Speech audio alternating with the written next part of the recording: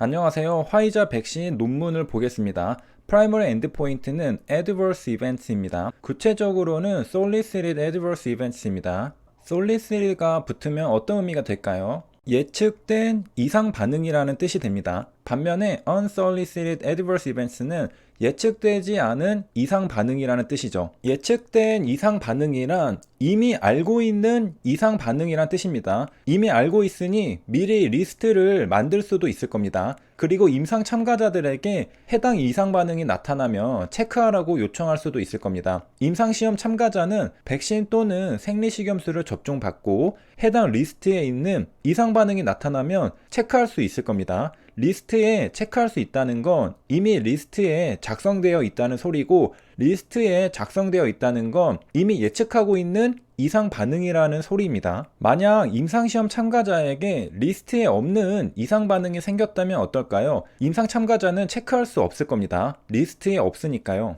Solicited Adverse Events는 임상시험 참가자가 기록하도록 요청받은 이상 반응, 증상들의 리스트입니다. solicit는 요청하다는 뜻이 있습니다. 리스트에 체크하러 요청한다는 건 리스트가 존재한다는 뜻이고, 리스트가 존재한다는 건 임상 연구자가 예측하고 있는 이상 반응이라는 뜻입니다. 그래서 예측하는 이상 반응과 요청된 이상 반응이 같은 의미로 이해될 수 있는 것입니다. 이해를 돕기 위해 영국의 노바백스 임상 3상에 대한 트윗을 살펴보겠습니다. 왼쪽 종이는 Main Participant Information입니다. 가이드라인이죠. 임상 참가자가 따라야 할 지침에 대해 상세하게 설명해 줍니다. 오른쪽에는 코비드-19 홈 테스트 가이드도 있습니다. 임상시험에 참가하는 사람들도 공부를 많이 해야 합니다. 가만히 주사 맞고 경과를 지켜보는 게 아니라 임상시험에서 요구하는 지침들을 잘 숙지해야 하는 것이죠. 임상시험 연구자가 나눠주는 가이드라인을 잘 읽어보고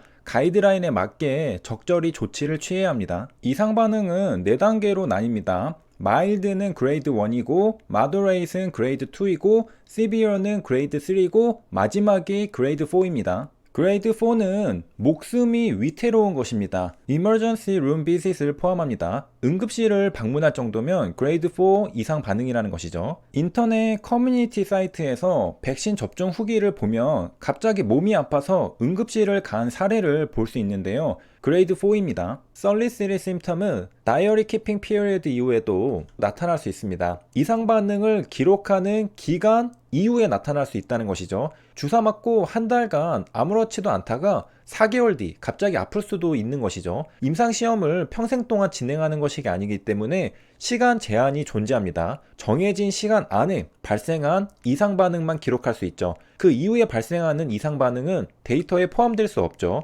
왜냐하면 이미 임상시험은 끝나고 논문으로 결과는 발표된 이후이기 때문이죠. 그리고 임상 참가자가 이상 반응을 기록하려고 하는데 solicited 리스트에 없는 경우가 있겠죠. 이런 경우에는 unsolicited adverse event로 구분됩니다. 화이자 백신 임상 논문에서도 마찬가지로 unsolicited adverse event 데이터를 수집했습니다.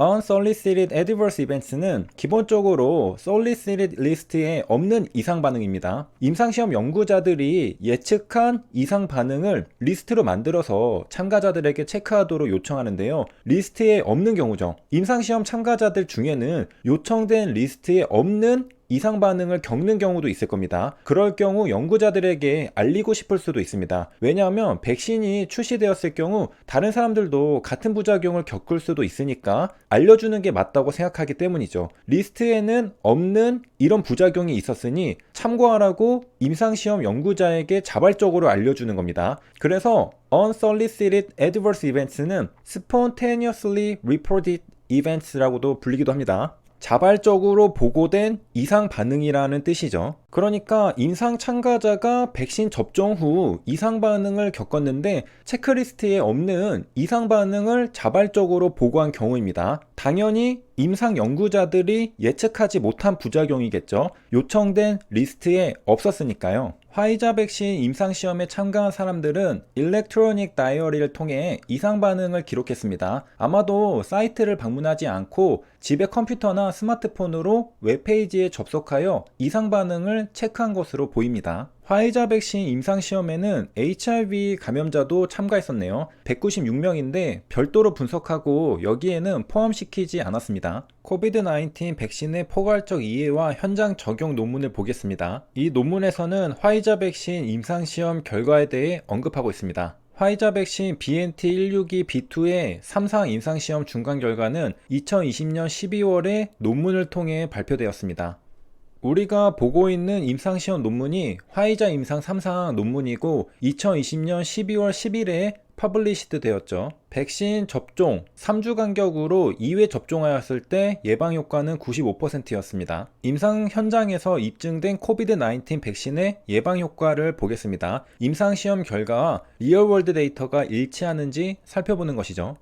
이스라엘에서 4월 3일까지 화이자 코비드-19 백신 접종을 완료한 471만여 명에 대한 분석 결과 2회 접종 시 유증상 코비드-19을 예방하는 효과는 95.3%, 무증상 코비드-19을 예방하는 효과는 91.5%, 입원을 예방하는 효과는 97.2%, 사망을 예방하는 효과는 96.7%였습니다. 미국에서 일선 의료 종사자를 대상으로 수행된 연구 결과 화이자 또는 모더나 백신 1회 접종의 예방 효과는 80%, 2회 접종의 예방 효과는 90%였습니다. 미국에서 65세 이상 고령자를 대상으로 수행된 분석에서는 2회 접종 시 입원을 예방하는 효과가 94%였습니다. 영국에서 의료기관 종사자를 대상으로 수행된 연구에서는 화이자 백신 1회 접종 시 유증상 또는 무증상 코비드-19를 예방하는 효과가 70%, 2회 접종 시 85%였습니다. 임상시험 결과와 리얼월드 데이터가 대체로 일치합니다. 2021년 2월 3일 동료평가와 학계 인증으로 전공법에 나선 화이자, 최근 불거진 안정성 논란에 동료평가를 거친 임상 논문을 발표하고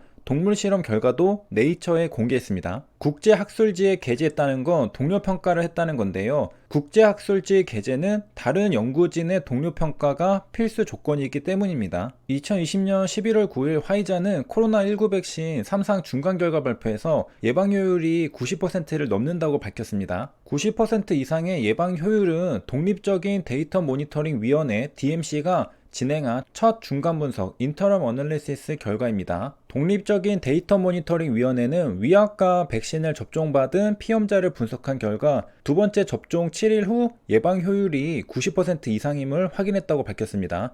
화이자는 피험자 43,538명을 위약 및 백신 접종 그룹으로 나눠 임상을 진행했습니다.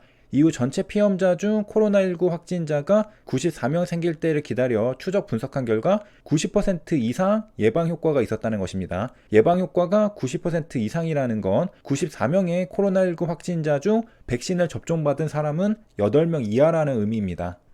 화이자는 전체 피험자 중 164명의 코로나19 확진자가 생길 때까지 연구를 진행할 계획으로 추후 예방 효율이 달라질 수 있다고 덧붙였습니다. 데이터 모니터링 위원회는 안정성 문제를 보고하지 않았으며 계획된 연구 일정대로 추가적인 안정성 및 효과 데이터를 수집할 것을 권고했습니다. 해당 내용은 2020년 11월 9일 화이자 웹페이지에 올라온 내용입니다. 첫 번째 중간 효능 분석이었고요. 처음이니만큼 의미가 컸죠. 아마 화이자 연구자들은 과연 임상 결과가 어떻게 나왔을지 굉장히 궁금했을 것 같습니다. 94명의 확진자를 분석한 결과고 화이자는 164명이 발생할 때까지 임상시험을 이어가겠다고 밝혔습니다. 최종적으로는 164명을 소폭 넘기면서 마무리되었고 논문이 나왔습니다. 각각 8명 대 162명이니까 170명이고요. 9명 대 169명이니까 178명입니다.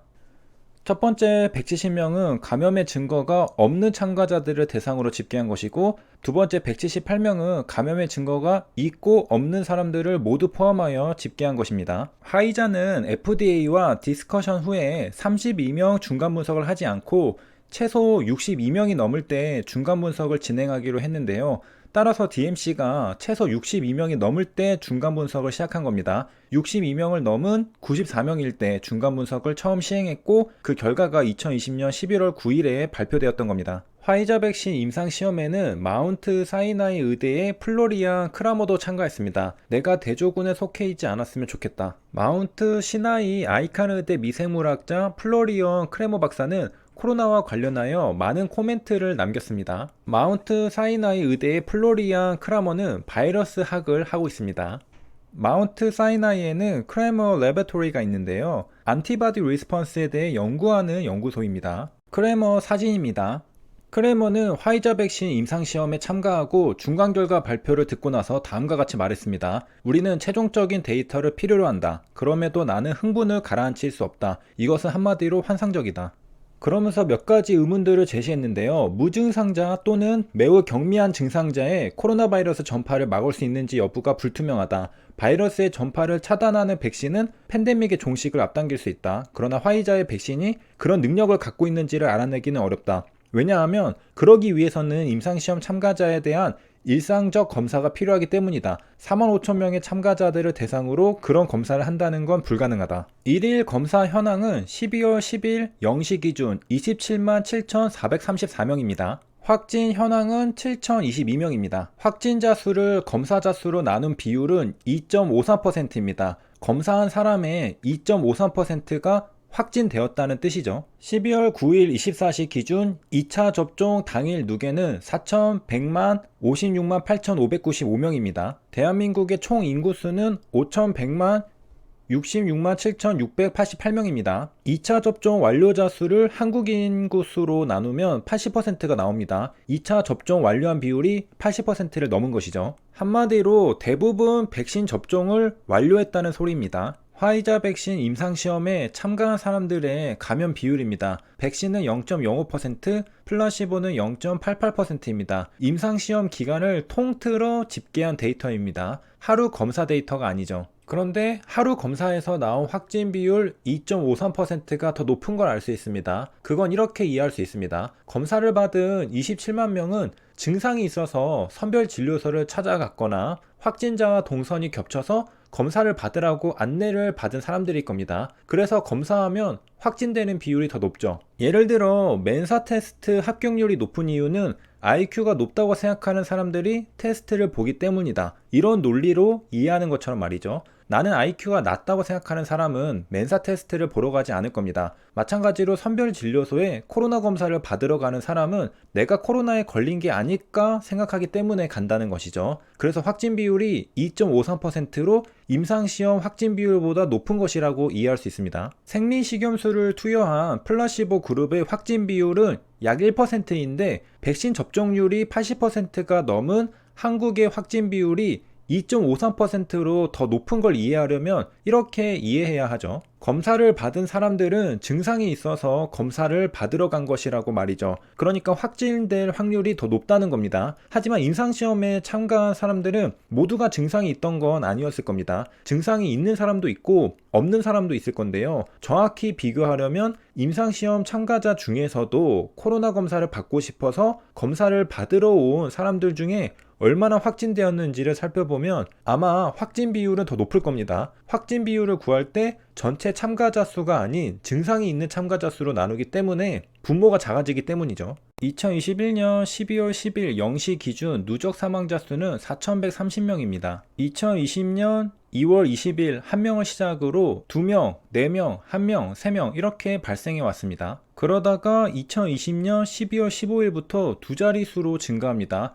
13명, 12명, 22명, 11명 이렇게 두 자리 숫자를 유지합니다. 화이자는 FDA로부터 긴급 사용 승인 EUA를 취득했다고 12월 11일 공표했습니다. FDA 자문위가 권고하고 하루 만에 신속하게 결정했는데요. 이례적이라고 합니다. FDA 자문위원회가 찬성 17표, 반대 4표, 기권 1표로 긴급사용 승인을 권고하는 표결 결과를 도출한 후 하루 만에 대단히 이례적으로 FDA는 긴급사용 승인을 신속하게 결정했습니다. USA FDA는 12월 11일에 화이자 백신 긴급사용을 승인했습니다. 신기하게도 비슷한 시기 12월 15일부터 한국의 코로나 사망자 숫자가 두 자릿수에 도달하게 됩니다. 화이자 백신이 긴급사용 승인을 받고 4일 뒤부터 사망자가 2~3배 증가한 겁니다. 다행이죠. 위급한 시기에 화이자 백신을 공급할 수 있게 되었습니다. 예방 효과가 95%니까 백신을 접종하고 코로나 바이러스를 예방하면 사망자 숫자도 다시 줄어들 겁니다. 사망자 숫자가 두 자리 숫자가 되는 순간에 화이자 백신이 등장한 겁니다. 그렇게 2021년 3월이 되니까 사망자 숫자는 다시 한 자리 숫자로 떨어지게 됩니다. 8명, 2명, 1명, 6명 이렇게 되죠. 그리고 부스터샷을 맞아야 하는 최근부터 다시 사망자 숫자는 두 자리 숫자가 됩니다. 24명, 20명, 20명 이렇게 많아졌죠. 그리고 12월 달이 되면 역대급으로 증가합니다. 갑자기 70명, 43명, 41명, 64명, 63명 이렇게 증가합니다. 말도 안 되게 증가하죠. 화이자 백신이 긴급 사용 승인 되기 전인 작년 12월 초와 비교해보면 어마어마한 차이입니다. 작년 12월에는 사망자 숫자가 한 자리 숫자였습니다.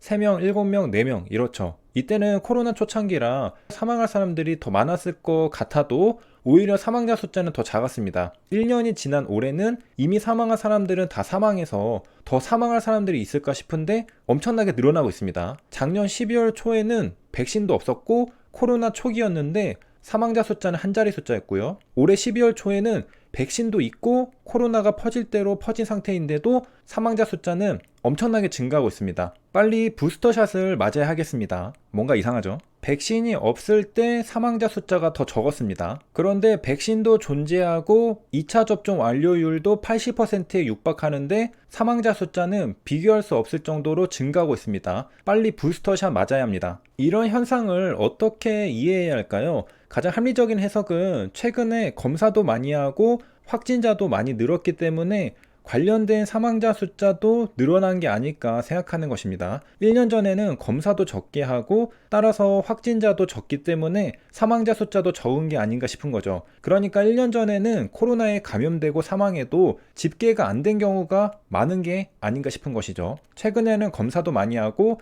따라서 확진자도 많이 늘고 따라서 사망자 숫자도 집계가 많이 되는 게 아닌가 생각이 듭니다. 화이자 백신이 긴급 사용 승인이 되는 시기에 사망자 숫자가 두 자릿수가 된 건 우연의 일치고요. 부스터샷을 맞아야 하는 시기에 사망자 숫자가 갑자기 대폭 증가한 것도 우연의 일치입니다. 그렇게 믿어야 합니다. 그렇게 믿고 부스터샷을 맞아야 합니다. 제가 맞으라는 게 아니라 정부가 맞으라고 하는 겁니다. 오해하지 않으셨으면 좋겠습니다. 저는 제 생각을 어필할 생각은 없으며 항상 정부의 판단을 신뢰하고 응원합니다. 방역당국은 3차 접종의 간격 단축의 이유로 연일 7,000명씩 쏟아지는 확진자를 들었습니다. 금년만 하더라도 1억 9,400만 회분 도스가 계약돼 있기 때문에 백신은 충분하다고 합니다. 내년 같은 경우도 9천만 회분의 백신을 확보했다고 합니다. 9일 0시 기준 백신 잔여량은 총 1,531만 3천 회분이라고 합니다. 이 중 화이자는 901만 회분, 모더나는 449만 회분이 남았습니다. EMA는 부스터샷은 3개월 뒤가 효과적이라고 말합니다. EMA 백신 전략 책임자 마르코 카발레리는 말합니다. 현재 권장되는 것은 가급적이면 6개월 이후에 부스터샷을 투여하는 것이지만 최근 데이터는 2차까지 예방접종 완료 후 3개월 이후 접종하는 것이 안전하고 효과적이라는 점을 뒷받침합니다. 구체적으로 어떤 최근 데이터인지는 말해주지 않았네요.